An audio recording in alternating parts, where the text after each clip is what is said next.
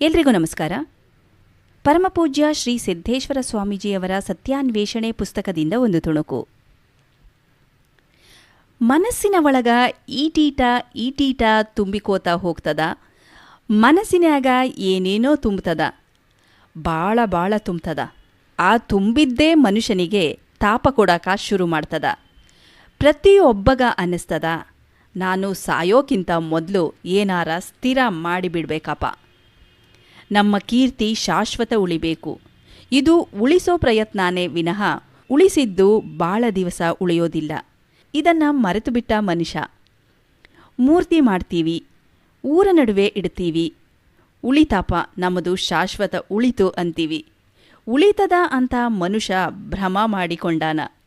ಯಾವ ಮೂರ್ತಿ ಉಳಿದಾವ, ಯಾವ ಶಿಲಾಶಾಸನ ಉಳಿದಾವ, ಯಾವ ಗ್ರಂಥ ಉಳಿದಾವ, ಯಾವುದರ ಉಳಿದೇನು ಜಗತ್ತಿನಾಗ, ಯಾರ ಶಿಲಾಶಾಸನ ಉಳಿದಾವಪ್ಪ? ಏನೋ ರಾಮನ ಶಿಲಾಶಾಸನ ಉಳಿತೋ, ಏನೋ ಧರ್ಮನ ಶಿಲಾಶಾಸನ ಉಳಿತೋ?